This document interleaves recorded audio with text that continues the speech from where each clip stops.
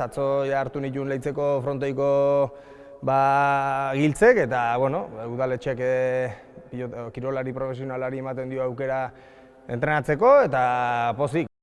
Ia 18 urte profesionaletan 900 partidu inguru jokatuta eta hala ere frontoi mina zuen Bengoetxea 6. Gogo hori ni nire adine ez dut nabaritzen ez gogo hori jokatzekoa, baina guain falta mota dut. Pilotarin partetik gure mezue argi dago, guk lehenbailen hasi nahiko ginuke pilotan. Ateak itxita arazorik gabe.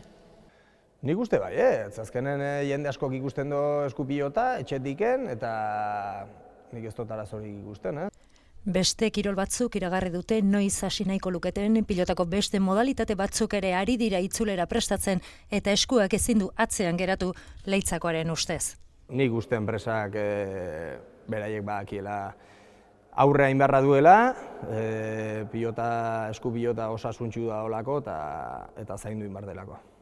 Arazoak arazo eta oztopoak oztopo, ilusio ez du galdu 20 urte bete nahiko lituzke profesionaletan. Karrera borobiltzea pixu bat horrekin, 20 urte profesionaletan ikea, inda eukitzea, ilusio handi bat aneretzako, eta hortan saiatuko naiz,